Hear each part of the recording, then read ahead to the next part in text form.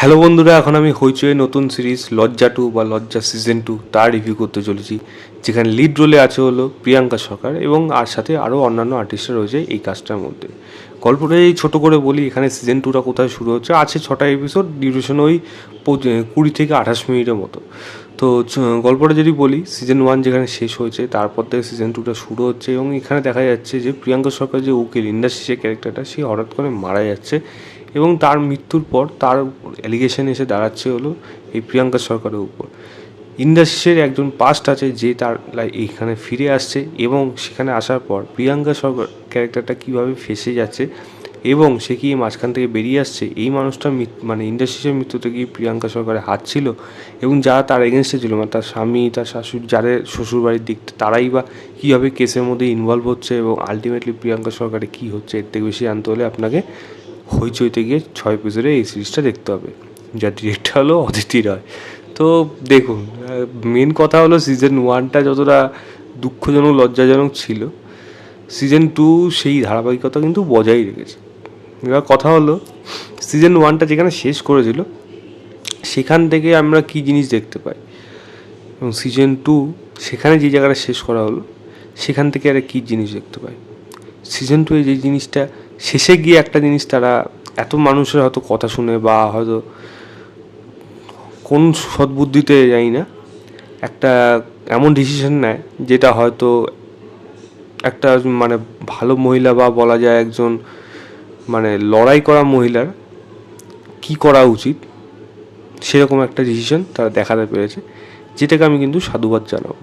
সাধুবাদ কেন জানাবো? কারণ এরম ধরনের গল্পে আলটিমেটলি যেই জায়গাটা যায় সেটা হলো ডিভোর্সে বা অ্যালিমনি।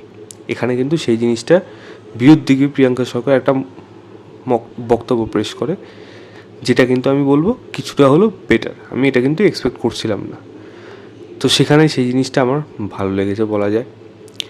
দ্বিতীয় জিনিস আর একটা ভালো বলবো, এখানে দুজনের পারফরমেন্স আমি আলাদা করে বলবো। বিশেষ করে দীপঙ্কর বাবু, বা দুঃখের ব্যাপার যে তাকে এই ধরনের সিরিজে কাজ করতে হচ্ছে, বাট তার পারফরমেন্স বললো, সেই যতক্ষণ স্ক্রিনে ছিল, অন স্ক্রিন যতবার এসছে ততবার কিন্তু তাকে ভালো লেগেছে, তার পারফরমেন্স কিন্তু ভালো লেগেছে। অনিন্দিতার কথা যদি বলি, অনিন্দিতার পারফরমেন্সও কিন্তু আমার এখানে খারাপ লাগেনি, ভালোই লেগেছে। অনুজয় বলি বা অন্যান্য সাপোর্টিং কাজ যারা আছে, তারা যেরকম অ্যাজ ইউজুয়াল ফার্স্ট মানে সিজন 1-এ ছিল সেরকমই রয়েছে। এছাড়া কাজটার মধ্যে সেরকমভাবে ভালোভাবে প্রশংসা করার মতো কিছু নেই। মেন প্রবলেম হয়ে গেল এর গল্পে। এই ধরনের গল্প যাদের টার্গেট করা হয়, মানে মহিলারা, এবং বিশেষ করে যারা পীড়িত মহিলা, তাদের উদ্দেশ্য তো তার কথা ভেবেই তো বা তাদের গল্প নিয়েই তো এই ধরনের কাজ করা হয়। সেখানে মানে একটা হয়তো ঘটনা ঘটেছে, সেটাকে বড় চড়ো করে বাড়িয়ে সারিয়ে অনেক কিছুভাবে প্রেজেন্ট করে একটা সাইড করে দেওয়া হয়। এই কাজটার মধ্যে এমন একটা দিক আছে যেখানে দেখাচ্ছে একটা মহিলার ক্ষতি একমাত্র কিন্তু পুরুষই করে না, এবং মহিলাও থাকতে পারে। যদিও হয়তো কেন অন্যান্য অনেক কাজে এরকম ধরনের কথা শোনা গেছে, দেখাও গেছে, কিন্তু আলটিমেটলি ইঙ্গিতটা যায় যেন কোথাও গিয়ে সেই ছেলেদের দিকে। যেই জিনিসটা কিন্তু এই কাজেও কিন্তু উঠে আসছে বারবার, সেটা কিন্তু মনে করে দিচ্ছে। যতবারই তারা ঘুরপেঁচিয়ে এমন কিছু দেখানোর চেষ্টা করুক যে অন্যান্য কাজের থেকে এটাকে আমি একটা ব্যালেন্স হতে বা একটা সমতুল্যভাবে দেখানোর চেষ্টা করি, কোথাও না কোথাও গিয়ে সেটাকে ঘুরিয়ে কিন্তু ছেলের দিকেই টার্গেট করা হবে, যাতে সেটা করলেই তাদের কিন্তু ক্যাশ ইন হবে, অডিয়েন্স কিন্তু দেখবে, বিশেষ করে মহিলারা দেখবে। এবং যারা ফেমিনিস্ট, তাদের জন্য তো এই ধরনের কাজ তো বানানো হয়, তাদের কথা ভেবে, কারণ তারাই তো এই ধরনের কাজ দেখবে।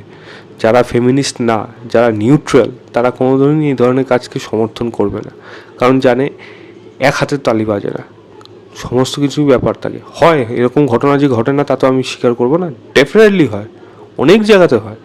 কিন্তু আমি একটা যখন স্টোরি দেখবো, আমি যখন একটা ওয়েব সিরিজ দেখবো, তার মধ্যে এমন কিছু জিনিস থাকার প্রয়োজন যেটা আমাকে এই ধরনের ঘটনাগুলোকে বাস্তবভাবে রূপায়িত করে আমার এমনভাবে দেখাবে, যেটাকে আমাকে কনভিন্স করবে যে না, এর বিরুদ্ধে প্রতিবাদ করা উচিত, এই বিরুদ্ধে এইগুলোকে থামিয়ে দেওয়া উচিত। এই ধরনের কাজে কিন্তু সেরকম ধরনের কোনো মানে মানসিক বিকাশ বা বলা যায় যে একটা আমার চিন্তাভাবনা পাল্টাবে, সেটা কোনোভাবেই পাল্টায় না। কেন পাল্টায় না? আমি কিন্তু সেটা বলছি না যে অ্যাবিউজ করা উচিত, ভার্বাল অ্যাবিউজ, এই সমস্ত জিনিস করা উচিত। এই ধরনের কাজের মেন প্রবলেম থাকে হলো আপনি ওয়ান সাইডেড ওয়ান ডাইমেনশন এবং এমন একটা গল্প তুলে ধরেন যার মাঝখানে অনেক বিস্তর আলোচনা করা যেতে পারে, অনেক বিস্তর মানে ক্যারেক্টারটার ব্যাপারে লেখা যেতে পারে, যেগুলো অডিয়েন্স কানেক্ট করবে এই মানুষটা, সেইটা কিন্তু হয়ে ওঠে না। অল্প সময়ের মধ্যে যে জিনিসগুলোকে সেরে দেওয়া হয়, যেটা কোনোভাবেই কিন্তু ওয়েব সিরিজ হিসাবে কাউন্ট করা যায় না।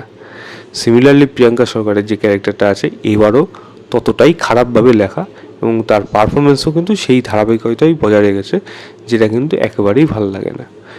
দ্বিতীয় কথা হলো এখানে ডায়লগ। দেখুন, গালাগালি আগেরটাতেও ছিল, গালাগালি এটাতেও আছে। এবার গালাগালিগুলো মানে কীভাবে দেখাচ্ছে তার উপর অনেক কিছু নির্ভর করে।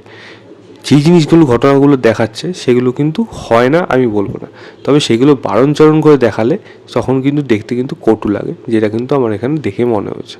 এবং সিরিজটা যেরকমভাবে এগোয় অনেক সময় মনে হয় এটাকে অনেক আগে 6টা এপিসোড, এটা সিজন 1-এই শেষ করা যায়, সেটাকে আবার সিজন 2-তে 6টা এপিসোড করেছে। যেটা সিজন 1-এই শেষ করা যায় সেটা 6টা এপিসোড পরের সিজনে দেখতে গেলে আপনার কীরকম মনে হবে, সেই জিনিসটা কিন্তু আমারও মনে হয়েছে। প্রচণ্ড ড্র্যাগ করা হয়েছে যে জিনিসটা অযথা, মানে বিশেষ করে প্রিয়াঙ্কা সরকারের এই এক্সপ্রেশনগুলোকে এত বাড়িয়ে চাড়িয়ে দেখানো হয়েছে, সেগুলো টলারেট করা যাচ্ছিল না। এবং এই যে সাব প্লটে অনেক ক্যারেক্টার চলে আসছে, কেন এগুলো ফার্স্ট সিজনে ছিল কোথায়? সিজন 2-তে যখন আনলো ঠিক আছে, ভালো কথা, এবার তাদের দিকগুলোকে প্রপারভাবে দেখানো হোক। সেটাও কিন্তু প্রপার দেখাচ্ছে না, অল্প বিস্তর সময়ের মধ্যে দেখাচ্ছে। মোমেন্টের প্রয়োজন, কেন তারা এই গল্পের মধ্যে ইনভলভ হচ্ছে সেটা ভালোভাবে বোঝানোর প্রয়োজন আছে, যেটা আমি এই কাজটার মধ্যে দেখতে পাইনি। এরকম অজস্র ভুলভ্রান্তি রয়েছে, অজস্র মানে চোখ জিনিস রয়েছে, যেগুলো দেখতে কিন্তু ভালো লাগে না, রীতিমতো বিরক্তিকর লাগে, মাথা যন্ত্রণা করে।